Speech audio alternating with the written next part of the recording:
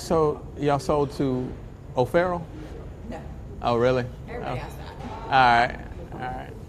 I need to know who the people is. You know, I knew y'all. You know? Here we go. All right, we're about to go live. Well, actually, we're live on Periscope. But, huh?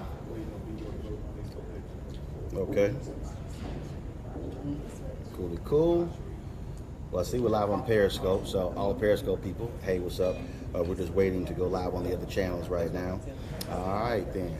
Here we go. Hey, folks, Roland Martin here with Be Woke Vote and also Roland Martin Unfiltered. Today is November 20th, 2018, and we are broadcasting live from Jackson, Mississippi.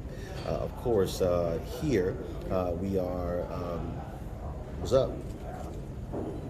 All right, y'all pointing to me. Okay, cool. Sorry, folks. Of course, we are here covering the Mike Espy race for the United States Senate. Huge day today, of course. He is going to be debating tonight against Republican incumbent Cindy HydeSmith. Election day is 1 week away, just 1 week away. And we, of course, here are at the Marriott, where there's going to be at 11 a.m. local time, noon Eastern, 11 a.m. Central. There's going to be a prayer rally.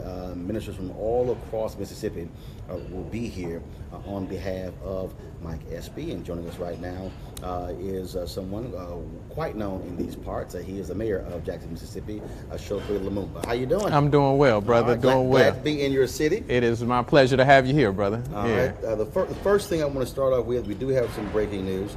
Walmart has announced that they want their donation back from Cindy HydeSmith as a result of the public outrage over her public hanging comments. Just your thought about them making that call today. Well, I would commend them for that step. That's one step further than she has made for herself. After being made aware of the repulsive and offensive nature of her comments, which is more concerning than even the comments themselves, is her failure to acknowledge the insensitivity of them.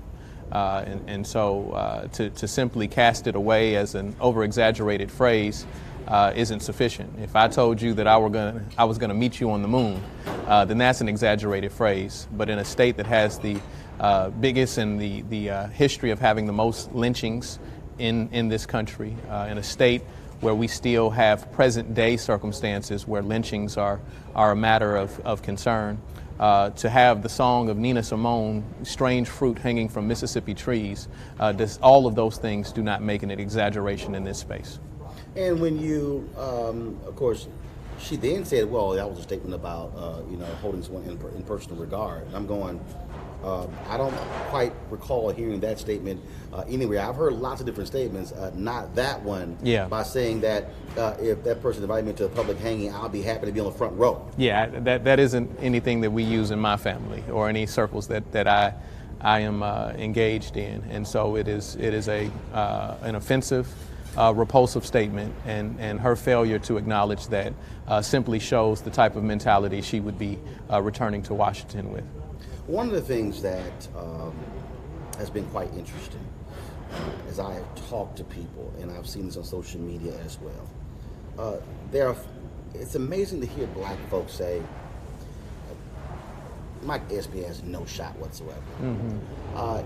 And certainly understand the history of this state, understand it's a very red state, understand that, but it comes across as this complete defeatist attitude, as if there's just no way possible, it will never happen, when we can go back to folks in Virginia saying the exact same thing about Douglas Wilder, folks saying the exact same thing about Senator Barack Obama when he ran. There are people who run for mayor of certain cities, the exact same thing has happened. Can you speak to that in terms of trying to get black folks in this state to realize that if you look at the hardcore numbers and then black folks vote their power, it could actually happen?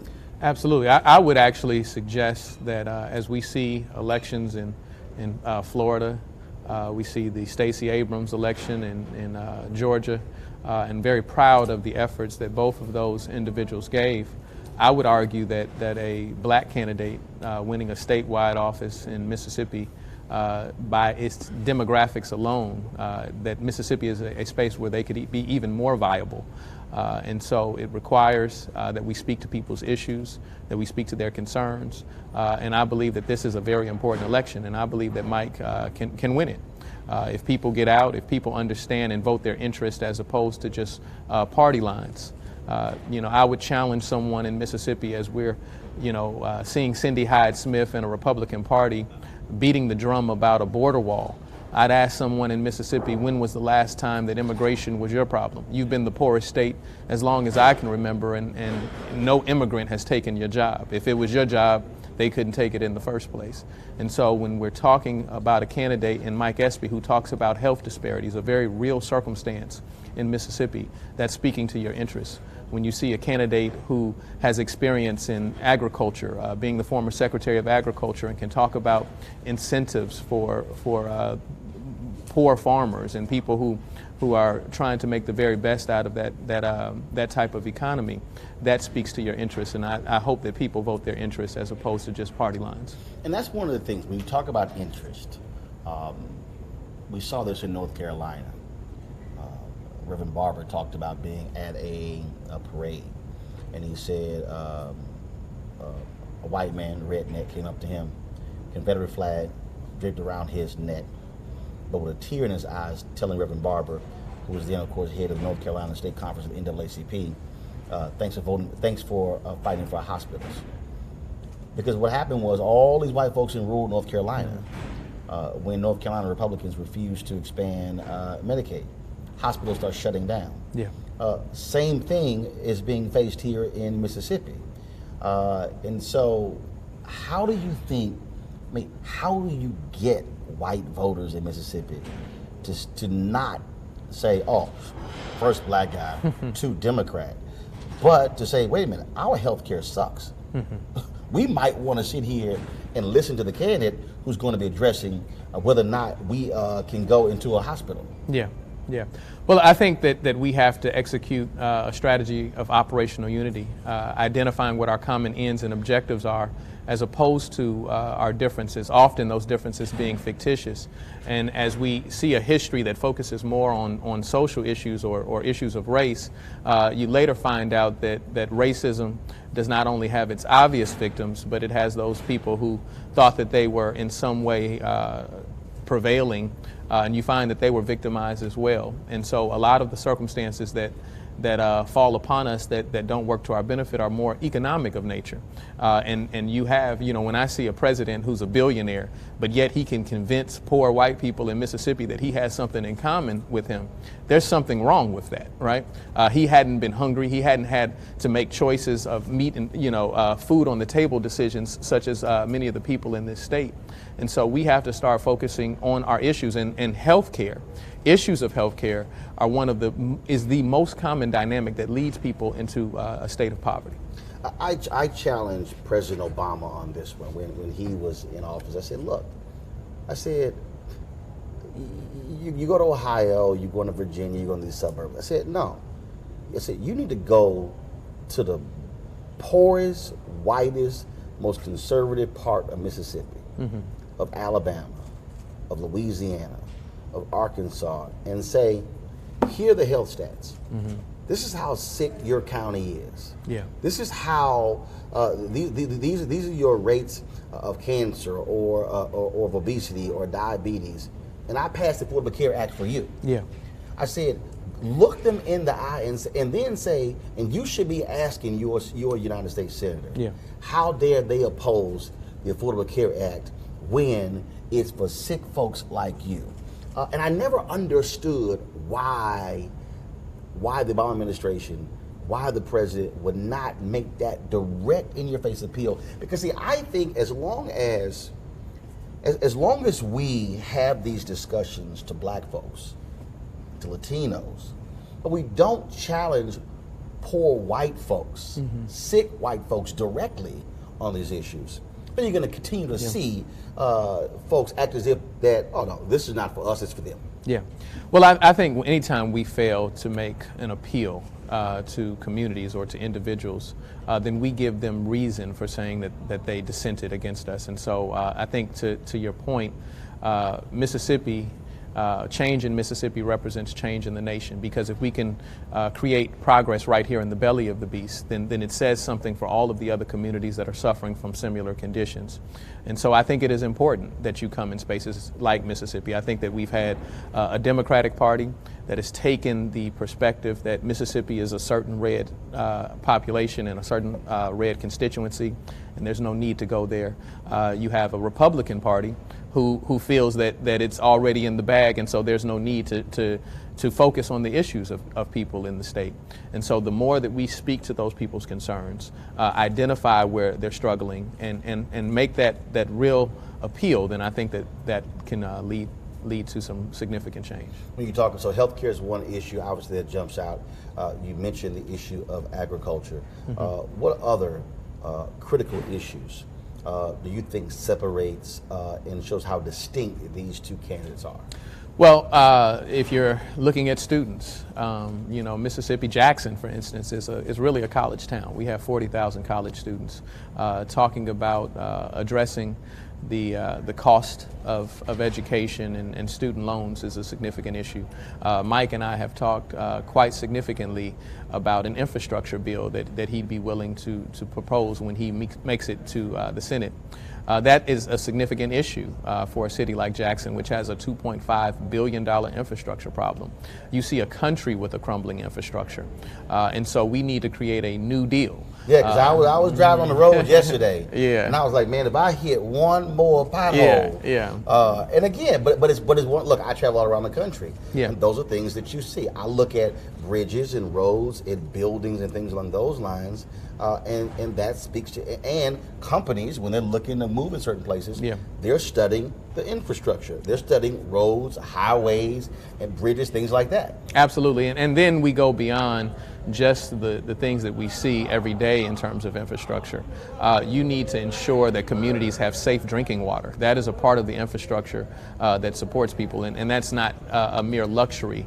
That is a necessity, and so there needs to be a serious focus on those type of things. And so I believe that Mike is more than just a candidate that looks like us. He's a candidate that thinks like us, and that's the type of person that we have to put in office. Trump is going to be in this state on Monday, holding 2 rallies for Cindy HydeSmith. And to your point about folks thinking that, let's write this thing off. I tweeted the other day. I said, wouldn't it be interesting? I said, Trump holds his rally on Monday, and then a native of Mississippi, Oprah, decides to hold one as well, or even Barack Obama come here. And I've talked to some Democrats. They said, well, we don't really want to make a lot of noise because, see, then that's going to then inspire the other side. I said, well, hell, you got to inspire your side. Yeah. I mean, you just can't just say, well, we're going to play the silent game. Yeah. Well, I think the secret is out. I think that people know that there's a campaign, and so being reserved about what our ideals are and what our values are, I don't think that is the route to take. And so I think that people are looking for someone who is bold enough to speak to their circumstance, bold enough to say, hey, Trump, the issues of talking about creating this border wall, that doesn't change conditions for people in Mississippi. When you're talking about all of these things which are distant realities from the circumstances and the quality of life and the conditions which people are living in, that we need someone to call that out. And so I think that it's important that Mike be there to say, listen, these are the things that are affecting you. The issue of health care is affecting you. The issue of cost of school is affecting you. The issue of infrastructure is affecting you. And be willing to look at a more unified approach to how we solve conditions and look at operational unity in this state. When you look at black politics, we see a different focus today in terms of the type of folks who are running. When you look at the previous generation of black mayors, whether it was Hatcher, Jackson, Berry, Coleman Young, they were operating in a different world, a world that was just coming out of the 1960s. You're talking about late 60s, early 70s. Stokes also in Cleveland. You had strong affirmative action programs. when it came to contracts, when it came to airports, things along those lines. And I get a kick out of hearing people ask the question, well, where's the black agenda of these politicians? And so, as someone who's a mayor, can you make a specific black agenda? And what do you say to the people? Or do you say, no, it has to be an inclusive one? Mm-hmm. And what do you say to the black folks out there who say, well, unless you give me a specific black agenda, I'm not going to bother voting? Yeah. Well, I think that you have to acknowledge it and make it clear to people that it's not just an illusion, the issues of race. When we consider the history of this country, we find that something hasn't gone wrong in terms of race. Racism is America's original sin. And I would actually shout out Brother Ibram X. Kendi in his book Stamped from the Beginning that talks about how America was built by white men for white men. But beyond that, you have to go into the deeper concerns of why that is the case. Why is there necessary divisions and who profits from those divisions? And then you really find out why people like Martin Luther King became most dangerous in his final days, because he started speaking to the economic interest. And what Martin said to Harry Belafonte, he said, listen, Harry, we're going to win this integration struggle. But I'm beginning to fear. I'm beginning to wonder if we're not integrating into a burning house. I see a system that abuses labor and abuses working people. And he said, we can't just come together on social issues if we're not prepared to talk about how people feed their families, how people take care of their homes. And that ultimately it hinges on something greater than just a question of color. It's a question of ideas. And what are the best ideas and what are the worst ideas? And what the worst ideas are that you can oppress anyone. And so once we delve deeper into that, we truly understand why there is a system that is perpetuating abuses of humanity and perpetuating abuses of one race over another, because there is someone who is economically gaining from that type of division. And so, yes, racism is very real, right? Racism hasn't gone anywhere. We're not in a post-racial society by any stretch. And, while we had Obama in office, those were the questions that were surfacing, and it has not taken us long to see that is still a disease that we are affected with in this country. But we have to also have a long-range sight as to why that is taking place and affect the economic conditions and how we get to a conversation about how we're sharing goods, resources, and power as well. So there's this article that was in The Nation. Headline was quite interesting. Is this the most radical mayor in America? And it says, Chokwe Lumumba has an audacious plan to make Jackson, Mississippi the most radical city on the planet. Mm-hmm. Explain that. Well, that comes out of what was initially a critique of myself and a critique of my father, suggesting that possibly we were too radical to bring people together. And so I, did my homework and looked up the word radical. And, my studies reveal to me that a radical is a person who seeks change. And if we look in our communities, if we look around the nation and we see a need for change, then the reality is that we need to be as radical as the circumstances dictate we should be. If we look across history at those individuals we revere most, here in Mississippi, Medgar Evers, Fannie Lou Hamer, Ida B. Wells, people like Marcus Garvey and Martin Luther King, Jesus Christ was radical. And so I believe that it is important that we recognize that need for change and meet it and be prepared to take it head on. Isn't it interesting how, and I've always said this here, that when we talk about the word radical, mm-hmm. when it is attached to somebody white, they are called patriots. We call them revolutionaries. Yeah. Yet when black folks are called radicals, and who might don berets, or who might wear a leather jacket, or who mm-hmm. might just put on a suit. Yeah. Oh my goodness, America, white folks freak out, and it's like, oh, they are a threat to our society. That's an example I've always given to folks, that how people look at it totally different when we are called certain things and then when white Americans are called certain things. Absolutely. I would take the words of Malcolm, who said that we learned that radical spirit from your history books, right? When you talked about Paul Revere and the Boston Tea Party and how they were fighting. I think that when we look at issues facing black communities here in Mississippi and across the nation, and people stepping out and protesting and demonstrating and pushing a progressive agenda, those individuals have a little more to be upset about than the price of tea, right? And so it's important that we speak truth to power, and we speak to people's circumstances. And yeah, it is quite interesting that the phraseology is different.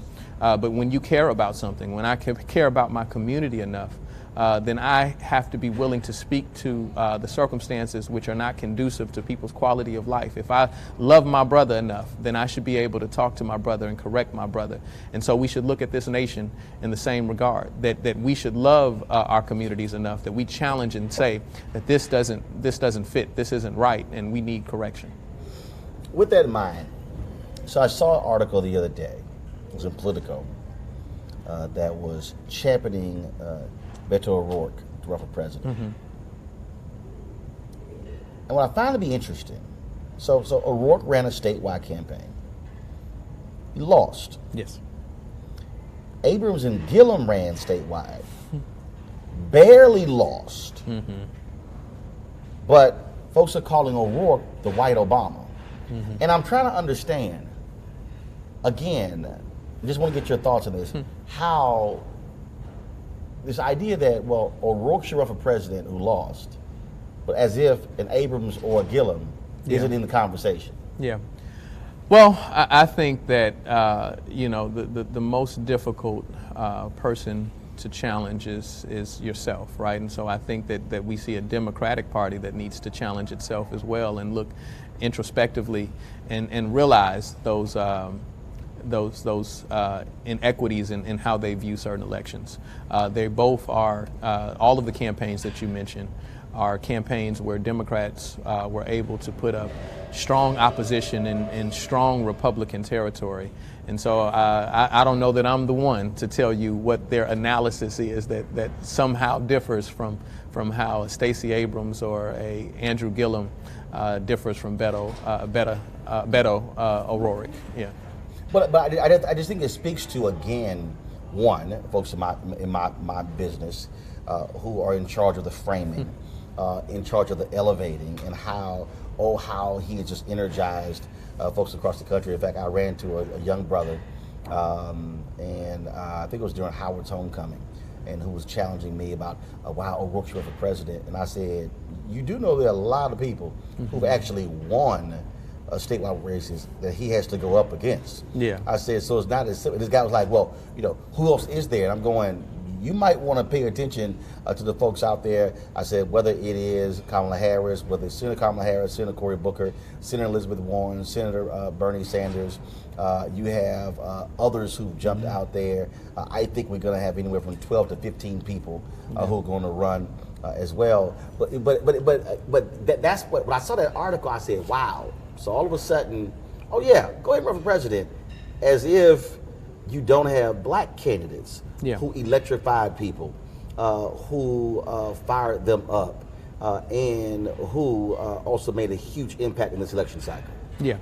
Well, I would certainly concur with your sentiments that those candidates and those individuals are just as exciting and electrifying as O'Rourke may be. And, I think people often fail to recognize their privileged lens and how they see things, and that's on both sides. That's whether someone is conservative or so-called liberal. There is an amount of privilege that does not enable them to see from the full spectrum. So I got a woman here, Kat Baptiste, who's on Facebook. She says, I'm from Jackson and live in Iowa, but I am desperate to get back to my city to join the fight and bring us back to the top. All right, so make the case, Mayor, why she should leave Iowa to come back to her hometown of Jackson. This is where change is happening. This is where the greatest opportunity to truly affect this nation takes place, right here in the belly of the beast, which has such historic significance. But we ask the question to ourselves, what do you do when you see a lack of integrity everywhere you look? And I got this from my wife and one of our favorite shows, Madam Secretary. but they ask the Very question, good show. what do you do when you see a lack of integrity everywhere you look? You find it in yourself and you begin to change the world from right where you're standing. That is our mission in Jackson, Mississippi, where we want to be more than just a community which is capable of rescuing itself. We want to be a model for the rest of the country and see how we can inspire change, see communities that have voids, economic investment that hasn't taken place, and how do we collectively pull ourselves together so that we demonstrate an ability to fill those voids.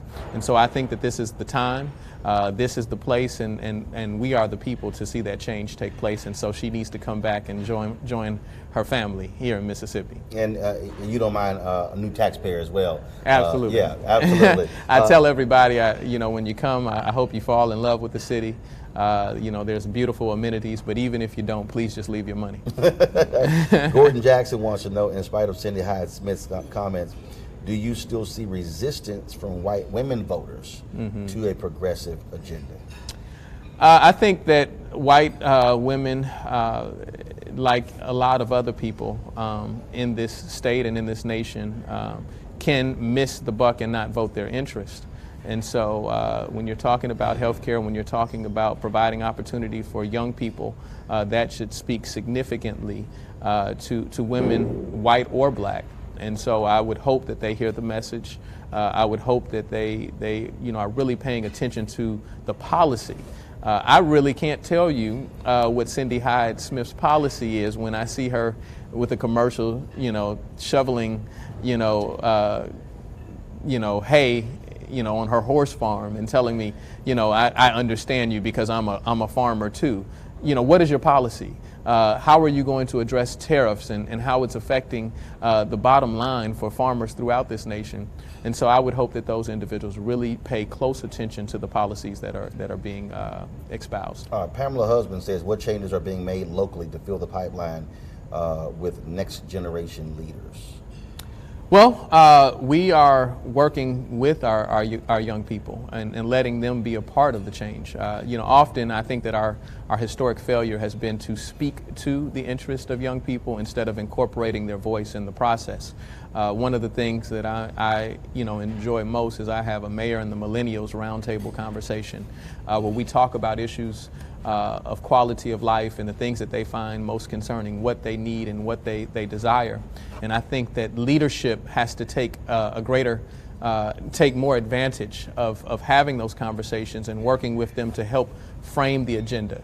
I think that our problem has been when we allow a candidate to step up and tell us what their goal and vision is for our lives.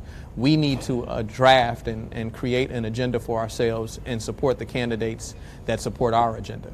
But also, I think, to that point about millennial voters, and everybody who's watching, we only got a few more minutes left, so if you got questions, you need to go ahead and post them right now on Facebook, YouTube, or Periscope so I can ask it. But this is what I have been saying to millennial voters and Gen Z or whatever new letter we have now. At the end of the day, people listen to people who vote. And you can't have massive numbers. You can't have massive demographic numbers and then you have low turnout numbers. It's the exact same thing that I say to Latinos. You can't tout, this huge Latino population. No, those are demographic numbers. Yeah. But then when you look at those who vote, it's not there. The reality is, politicians, whether folks want to be honest or not, listen the most to those who are going to show up at the polls, who are going to cast those ballots, because when you're running, you have to get votes. And I say to young folks, don't just sit there and think that Congressman Jesse Jackson Jr. told me a story. These young folks came to him. They said, man, if you don't do this, we're going to put you out of office. He said, I don't give a damn what y'all think. They were like, what? He said, you see that high rise right there? He said, that's a senior living center right there.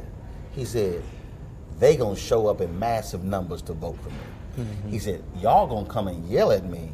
He said, but you're not gonna show up at the polls. And that's something that just hardcore. I said to millennials and Gen Z, this is the reality of politics. Yeah. You don't show up, trust me, they won't be listening to you a lot. Yeah. Well, I would say that I don't find that, at least in my campaigning, that you have a demographic in millennials who are unwilling to vote. I think you have a demographic that wants to be inspired and wants to be engaged. And so I would ask who the failure is truly on. If we haven't done the significant or the important outreach to speak to their concerns and to bring them into the fold, then that's something. And we want elections where everyone's voice is heard, where everyone has an ability to weigh into the process. And if we're failing to do that, then we need to change our approach so that we speak to those concerns. I find in millennials a generation of disruption, a generation that has an energy to change things, and we have to concretize that. We have to take it from a mysterious and mystical place and organize it in a way that truly brings about the substantive correction that we want to see. And so the more we engage millennials, the more inclusive they will be in the process. And I think that it is incumbent upon people who are in positions of leadership to make them feel that they are part of something and not on the periphery. Well, there's also why I say to them, you got to take stuff over. I mean, Reverend Jackson made this point when he spoke this summer to the National Association of Black Journalists. He said, don't just get so frustrated with existing organizations and say, well, I'm just going to run off and start my own. He said, no. He said, take it over. I think about Nikema Levy-Pounds in Minneapolis. Young folks there felt the NAACP chapter there wasn't doing enough. They didn't just say, okay, fine, we're just going to go start some other organization that had no infrastructure, that had no resources, that had no history. No, what they did is they saw how many votes it took, went in, signed their own people up, went in and took over the entire chapter of running their own people.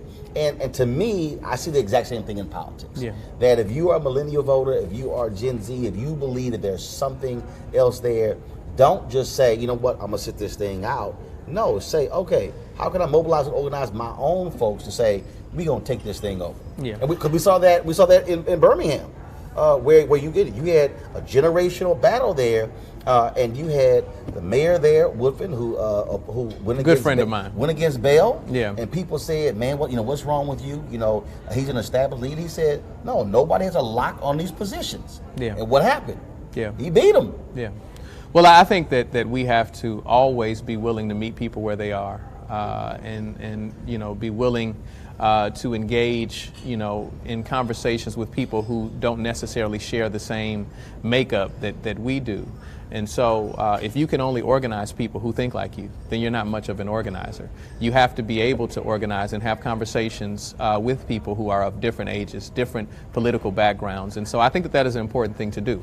My father encouraged me to be a part of organizations that I may have had some political dispute with some of their historic positions, but at the same time entering into those allowed me to meet people where they are, learn something, and then also it suggests something about us, a certain kind of political elitism or revolutionary elitism, that you think that you have it so figured out that you can't learn from someone else. And so I think that's always a bad position to take if you feel that you can only achieve progress by starting a new organization. Now sometimes circumstances call for a new entity, but you often have to place yourself where people are, where organization has already taken place. In the South, you have to go into the churches and places of worship and meet with people and talk to them and express your differences of opinion. I think that's an important process. Last question. Obviously, folks will be getting ready for 2020. I have made the argument that I believe I believe someone who has been a mayor should run for president. And the reason I say that is because I believe that a mayor has to deal with issues far different than someone who has been in the U.S. House or somebody who's been in the U.S. Senate.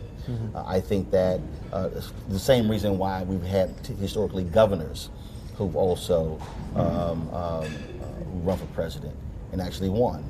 And so with that being said, not who is your favorite, but are there 2 or 3 mayors who you think could make a strong run and a strong case for president? I'll fall short of an endorsement at this time. No, not endorsing. Not endorsing, but just thinking about mayors out there. Because when I went on ABC this week, I threw out Mitchell Andrews' name. And I threw out, I said, somebody who's a former lieutenant governor, somebody who, mayor of a city, I said, has had to deal with infrastructure issues, majority black city. As I went through this whole deal, I just think that mayors present a different set of expertise than I think, frankly, folks who are in Congress. Yeah. Well, I think that the vantage point of a mayor, as you properly recognize, is different. It is actually putting things into practice. As mayor, you can't run from circumstances. When the roads, as you drove in onto today, are in disrepair, you will meet people in the grocery store. You will meet people in church, and they're going to ask you about it. And I think that perspective is a needed one to truly affect the policy that the nation takes on. And so I think that is important. There are several mayors that I admire. I've had the opportunity to meet mayors from all around the world. Which ones do you admire? I admire Michael Tubbs, Stockton, California. Randall Woodfin and I are good friends. I admire Steve Benjamin in Columbia, South Carolina, who is the president of the U.S. Conference of Mayors. There are so many that I like what they are doing. There's an exchange of ideas. I'm a bit shy of naming too many because you inevitably leave somebody out. But those are people that I like what they're doing. I like their willingness to step out and fight for what they see as being important. All right. Mayor Lumumba, we certainly appreciate you sitting down with us and having this conversation. Glad to be back in your city and certainly look forward to coming back next time. Happy to have you here, brother. Happy to have you here. Folks, everybody who's watching, don't forget the runoff in Mississippi is going to be on, the election is on November 27th, 1 week from today, but also absentee balloting ends on November 24th. Folks are going to be coming, I've talked to different groups, folks all over the country are going to be coming into town trying to inspire, encourage others to get out there and vote. If you know folks, and you know you do, you got family who are from this state, then I want you to pick that phone up to call them, text them, hit them on social media, to tell them they must go out and vote. Because of course that's one of the things that we have to emphasize, that one of the ways we are able to impact our society is with the power of our ballot. But let's just be perfectly clear. Voting is the end of one process and the beginning of another. And so not only do we have to vote, we also have to be engaged with those very same people after the election is over, even if the candidate we want doesn't win, because we are still constituents. And so we want to emphasize that for everybody out there who is watching. So please don't forget that. I want to thank the folks with Be Woke Vote for making it possible for us to come down to Mississippi to cover the Mike Espy race. And we look forward to more of our conversations. If you have missed our previous interviews, I want you to go to our YouTube channel, youtube.com/Roland S. Martin. You can catch those interviews, including with Derek Johnson, CEO of the NAACP, also with a member of the Panhellenic Council, and we took a tour of the office where Medgar Evers worked here in Jackson, Mississippi, and so you definitely want to see that as well. Okay, folks, for everybody, Roland Martin Unfiltered, we certainly appreciate it. Thank you so very much, and we shall see you next time.